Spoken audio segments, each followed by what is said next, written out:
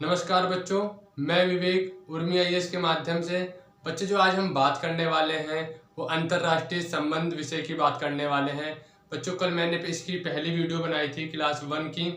उसमें हमने बात करी थी कि अंतर्राष्ट्रीय संबंध है क्या। हमने इसे आसान भाषा में भी समझा, अपने आसपास के माहौल से भी समझा, जिसके माध्यम से आपके दिमाग में एक इमेजिनरी सी बन जाए, इमेज सी बन जाए और आप उसे रिकॉल कर सके तुरंत ही।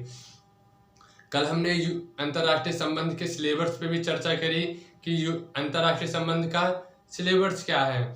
और बच्चों, हमने ये भी देखा कि प्रतिवर्ष अंतर्राष्ट्रीय संबंध से जीएस पेपर 2 में कितने क्वेश्चन आते हैं और कितने नंबर के आते हैं। क्यों?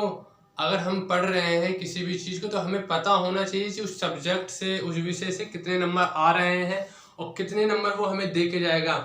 अगर मान लीजिए कोई सब्जेक्ट हमें 50 नंबर दे के जा रहा है और वो 100 नंबर का कुल पेपर है, तो हम उस पर ज़्यादा मेहनत करेंगे, ज़्यादा एफर्ट्स लगाएंगे। और वहीं पे अगर कोई 10 नंबर का है उसे हम छोड़ भी सकते हैं, छोड़ेंगे नहीं तो उस पर हम कम मेहनत करेंगे। उस पर हम अब 80% देंगे तो उस पर हम अपना 30% उस पर मेहनत देंगे। यही चीज़ होती है अपनी क्वालिटी निखारने की, कि आप किस पे कितना मेहनत कर रहे हैं और किस पे कम मेहनत कर रहे हैं। हमारे लिए सब बराबर है, परंतु किसी किसी सेगमेंट पे हमें ज़्यादा मेहनत करनी पड़ेगी, क्योंकि वो उसकी वेटेज काफ़ी ज़्यादा है। और यूपीएससी में एक एक नंबर की काफ़ी महत्वपूर्ण भूमिका होती है। वो आपके यूपीएससी में चाहे पद को हो और चाहे आपकी काडर की भूमिका को अदा करेगी। कल हमने सिलेबस को जाना और हमने कल विदेश नीति को भी जाना। विदेश नीति की मैंने कल परिभाषा लिख दी थी। ऐसे मैं आशा करता हूँ कि आप सबों ने उसका स्क्रीनशॉट लिया होगा और अपने आप नोट्स बना रहे होंगे। तो जैसे कि कल हमने बताया था कि आज जो हम बात करेंगे अंतर्राष्ट्रीय संबंध के, वो अंतर्राष्ट्रीय संबंध के आज हम निर्धारित तत्वों पर बात करेंगे। बच्चों, ये कन्फ्यूजन कर रहा होगा आपका कि हम भारत की विदेश नीति पढ़ रहे हैं तो विदेश नीति को भी क्या कोई तत्व तय करते होंगे? हाँ बच्चे, ना सिर्फ भारत के, प्रत्येक देश के अपनी अपनी जो फॉरेन पॉलिसी हैं उनके कोई डायमीटर होते हैं, उनके कोई निर्धारित तत्व होते हैं कि वो किस तत्व के साथ काम करती है और वो तत्व कौन कौन से। तो अभी हम जो बात करने वाले हैं, हम भारत की विदेश नीति के निर्धारित करने वाले तत्व की बात करने वाले हैं। बच्चों, पढ़ने को तो इसमें मैं 20 पॉइंट बना देता, पढ़ते रहते हम, 1 महीना निकल जाता, 2 महीने निकल जाता। पढ़ना नहीं है, हमें कम समय में वैल्यूएबल चीज़ पढ़नी है, जिससे हम अपने यूपीएससी में कम मेहनत में ज़्यादा मार्क्स ले पाएँ। मतलब कम मेहनत नहीं, मेहनत उतनी ही करेंगे, परंतु एक वैल्यू एडिशन नोट के माध्यम से हम अपनी मेहनत को और अच्छे तरीके से करेंगे। तो ये मैंने सिर्फ 5 ही पॉइंट लिखनी है। हमें इतिहासकार या अंतर्राष्ट्रीय संबंध हमारा ऑप्शनल विषय पीएसआईआर नहीं है कि हम पीएसआईआर को पढ़ रहे हैं। तो इसे सिर्फ हम अंतर्राष्ट्रीय संबंध के माध्यम से ही पढ़ रहे हैं, तो इसलिए हमने सिर्फ इसके 5 पॉइंट लिखे हैं। मैंने कई वीडियो देखी हैं यूट्यूब पे और कई टीचरों को भी देखा है कि उन्होंने अंतर्राष्ट्रीय संबंध को 85 से 90 क्लास में पढ़ाया है। 85 से और 90 क्लास का मतलब समझ रहे हैं आप? तो 1 महीने में 30 दिन होता है, 30 दूना 60, मतलब 2 महीना। 90 की बात कर रहा हूँ, 85 का तो मैंने देख ही रखा है। 90 मतलब अंतर्राष्ट्रीय संबंध पे ही आप उसको 3 महीना खींच रहे हो बच्चों को, और तुम्हारी पर वीडियो 2-2 घंटे की है। तो कहीं ना कहीं आप बच्चों को कनेक्ट कर रहे हो उस सब्जेक्ट से, डिस्ट्रैक्ट कर रहे हो उस सब्जेक्ट से। आप उसे उतना ही पढ़ाओ जितना उसके लिए, यूपीएससी के लिए जितना उसके लिए वैल्यू एडिशन का काम करेंगे। बेमतलब की चीज़ उसे बताने से कोई फ़ायदा नहीं है, क्योंकि हमें पता है कि यूपीएससी क्या डिमांड है और कैसे क्या लिखना है और कितना लिखना है। 200 शब्दों में आएगा, 250 शब्दों में आएगा, 1 2 खड़े वाले 2 पेज हमें पढ़ने, आगे पीछे 250। उसमें हमें क्या करना है? क्या उसके लिए हमें इतिहास पढ़ना पड़ेगा? पढ़ना और उसे लिखना, ये दोनों एक अलग अलग चीज़ें होती हैं। तो बच्चों, आज जो हम बात करने वाले हैं भारत की विदेश नीति को निर्धारित करने वाले तत्व। आपको मैं बता देता हूँ ये निर्धारित करने वाले तत्व क्या हैं। बच्चों, जब हम किसी की बात करते हैं कि निर्धारित तत्व ये हैं क्या। मान लो मुझे पॉलिसी बनानी है अमेरिका को लेके, तो हम अमेरिका को लेके जब पॉलिसी बनाएंगे तो हम कुछ सोच के बनाएंगे कि हमारे लिए क्या महत्वपूर्ण हो सकता है, उससे हमें क्या क्या राष्ट्रीय हित हमारे प्राप्त हो सकते हैं। तो जो हमारी पॉलिसी होगी, कोई ना कोई निर्धारित तत्व होगा जो हम उसके आधार पर अपने पॉलिसी बनाएंगे। न सिर्फ अमेरिका के, सबकी पॉलिसी अलग अलग होती है। हमने लुक ईस्ट पॉलिसी की भी बात करेंगे, आगे हम एक्ट ईस्ट पॉलिसी की भी बात करेंगे और पंचशील पे भी बात करेंगे। ये सब हम भारत की पॉलिसी हैं जिन्हें हम पढ़ेंगे। तो बच्चों पॉलिसी के जो निर्धारित तत्व हैं, हम इन बिंदुओं को ध्यान में रखते हुए अपनी पॉलिसी बनाते हैं। जैसे कि हम किसी चीज़ को पढ़ रहे हैं, हम यूपीएससी की तैयारी कर रहे हैं, तो हमारे निर्धारित तत्व क्या हैं, तो हम यूपीएससी के सिलेबस को देखते हुए यूपीएससी की तैयारी कर रहे हैं। तो बच्चों यह है भारत की विदेश नीति को निर्धारित करने वाले तत्व। पहला है ज्योग्राफी। ज्योग्राफी का पहला पॉइंट है देश का आकार एवं अवस्थिति, उसके प्राकृतिक संसाधन एवं जनसंख्या आदि। एक बार मैं फिर से पढ़ देता हूँ। नंबर 1 है भूगोल, देश का आकार एवं अवस्थिति, उसके प्राकृतिक संसाधन एवं जनसंख्या आदि। प्रत्येक देश या भारत, मैं सिर्फ भारत की बात कर रहा हूँ, भारत अपने भूगोल के आधार पर कहीं ना कहीं विदेश नीति बनाता है। क्योंकि आपको पता होगा जो भारत है, भारत की जो भूगोल की स्थिति है, भारत यहाँ से समुद्र से घिरा हुआ है और यहाँ से चाइना, पाकिस्तान जो कि हमारे शत्रु देश हैं उनसे घिरा हुआ है। शत्रु देश के साथ वो हमारे पड़ोसी देश भी हैं। तो हम जो भी पॉलिसी बनाएंगे हम अपनी भौगोलिक स्थिति को देखते हुए बनाएंगे, किसी भी पॉलिसी को बनाते हैं हम। और बात करते हैं हम सैनिक शक्ति की बात करते हैं जब हम, तो सैनिक शक्ति को किसी भी राष्ट्र की शासन प्रणाली का आधार माना जाता है। बच्चों बात करते हैं हम सैनिक शक्ति की। मान लीजिए यहाँ पे हमारा ऑस्ट्रेलिया है, आप सब ऑस्ट्रेलिया से वाकिफ होंगे। मैं बात कर रहा हूँ सैनिक शक्ति की। तो बताइए भारत के पास तो वायुसेना भी है,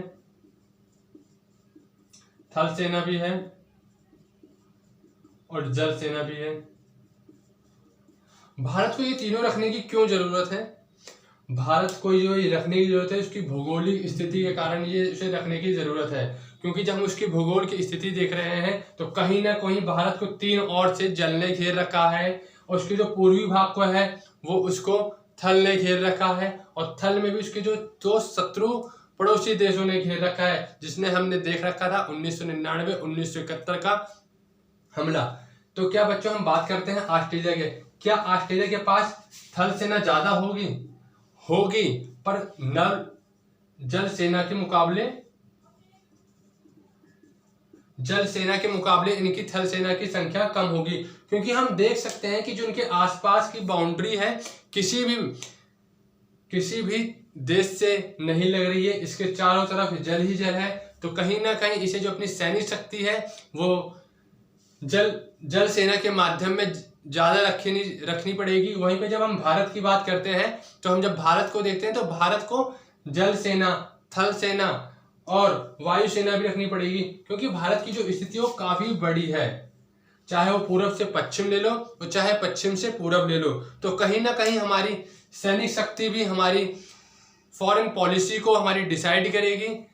हम बात करते हैं नंबर 3 पॉइंट पे, भारतीय देशांतरण। भारतीय देशांतरण काफी कठिन शब्द हो गए आपको समझने के लिए। हम बात कर लेते हैं जो भारत के प्रवासी किसी अन्य देश में रहते हैं उन्हें हम भारतीय देशांतर की परिभाषा दे देते हैं।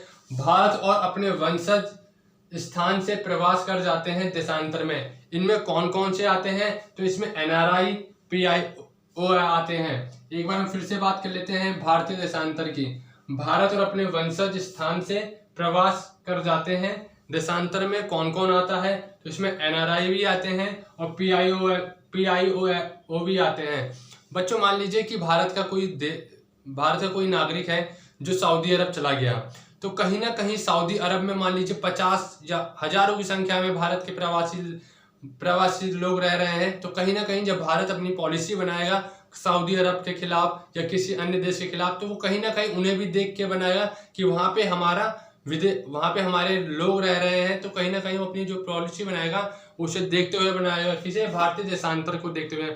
वहीं पे ना सिर्फ भारत, वहीं पे सऊदी अरब भी अपनी जो पॉलिसी बनाएगा वो भारत को देखते हुए बनाएगा। क्योंकि वहाँ की जो राजनीति है, ना सिर्फ सऊदी अरब की, प्रत्येक देश अपनी राजनीति से प्यार करते हैं। तो वो कहीं ना कहीं अपने यहाँ जो उनके यहाँ बाहरी लोग आके रहे हैं, प्रवासी रह रहे हैं, उन्हें देख के अपने फॉरेन पॉलिसी बनाते हैं। आपने देखा होगा कि हमारे प्रधानमंत्री मोदी जी जब अन्य देशों की यात्रा पे जाते हैं तो प्रवासियों से मिलते हैं। तो जब वो अन्य प्रवासियों से मिलते हैं कि लाखों की संख्या में भारतीय प्रवासी आते हैं, तो कहीं ना कहीं उनके दिमाग पे या मानसिक तौर पे उन पे एक प्रभाव पड़ता है कि जो वर्तमान में सऊदी अरब की सरकार या फ्रांस या किसी अन्य देश की सरकार है वो उनके प्रति और भारत के प्रति उनका रुझान है, तो इसलिए उन्हें मत देती है, वो वहाँ पे जीत हासिल होती है। कहीं ना कहीं दो अन्य देश भी इस तत्व को ध्यान में रखता है, भारतीय देशांतर को।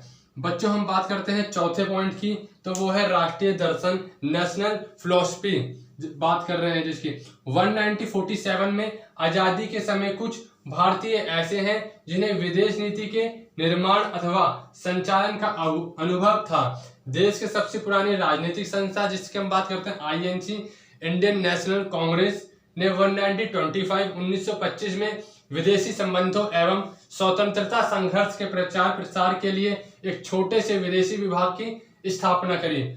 बच्चों आपको ये परिभाषा काफी कठिन लग रही होगी, तो मैं आपको समझा देता हूँ ये क्या कहना चाह रहा है। एक बार फिर से पढ़ देते हैं इसे।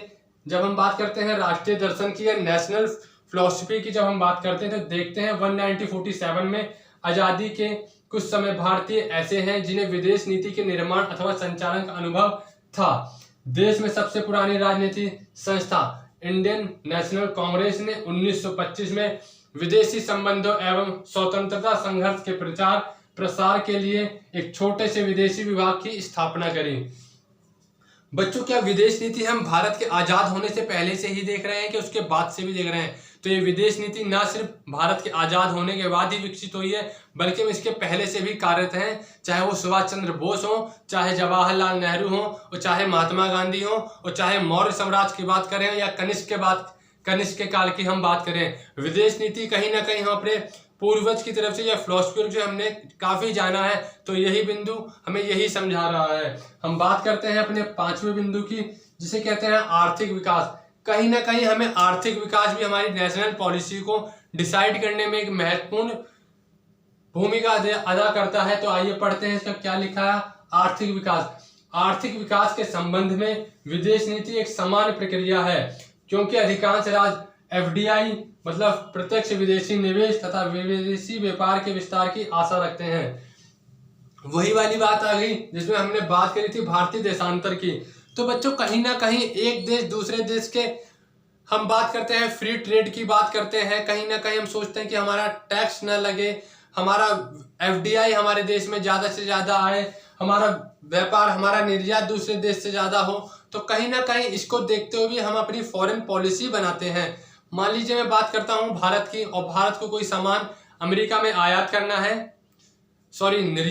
है। भारत को कुछ सामान अमेरिका में निर्यात करना है। मान लीजिए 200 किलो सेब हमें निर्यात करने हैं, तो कहीं ना कहीं वो उसे लेगा, कुछ टैक्स कम करके, कुछ टैक्स कम ज्यादा करके उसे लेना पड़ेगा, क्योंकि फंडामेंट जो हमारी ज्योग्राफी है, जो हमारे आर्थिक विकास की जो बात कर रहे हैं, हमने उन्हें सेब बेचा, हम भी उनसे कोई चीज लेंगे। अगर मान लीजिए हमारे प्रवासी वहां पे रह रहे हैं, दबाव बनता है प्रवासी भारतीय का। प्रवासी भारतीय एक बहुत बड़ी ताकत होती है जो किसी भी देश में, मान लीजिए हम सऊदी अरब की बात करें या अमेरिका की बात करें या किसी भी अन्य देश की बात करें, अगर उस पर प्रवासी भारतीयों का सबसे बड़ी संख्या या भारत की या अन्य किसी देश की है, तो आप विश्वास मानिए उस देश पे, उस अन्य देश के जिस देश के प्रवासी हैं उस पर दबाव बनता है, चाहे वो आर्थिक हो और चाहे वो राजनीतिक हो और चाहे वह किसी अन्य प्रकार का हो। तो बच्चों आज हमने जाना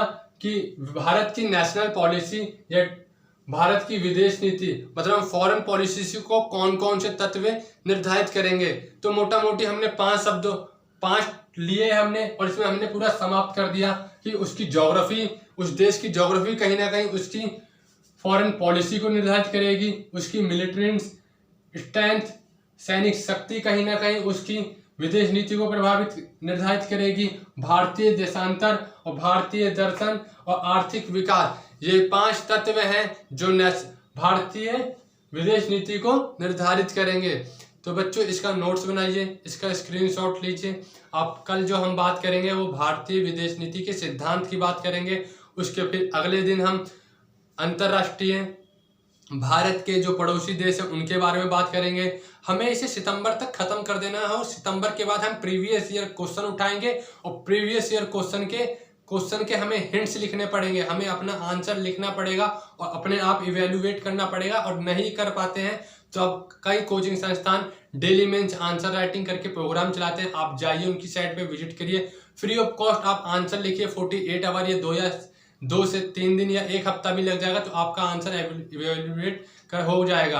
आप अपने आप को जानिए, इसे जल्दी से जल्दी समाप्त करेंगे। हमें और भी सब्जेक्ट पढ़ना है, हमें ज्योग्राफी पढ़ना है, सोसाइटी पढ़ना है, इंटरनेशनल रिलेशन हम पढ़ ही रहे, सोसाइटी इन्वायरमेंट पढ़ना, अन्य सब्जेक्ट भी पढ़ना है। तो मिलते हैं कल अगली वीडियो में, जब के लिए नमस्कार, जय हिंद। आप बच्चों नोट्स बनाते रहिए, घबराइए मत, जीत निश्चित है। जय हिंद, जय भारत।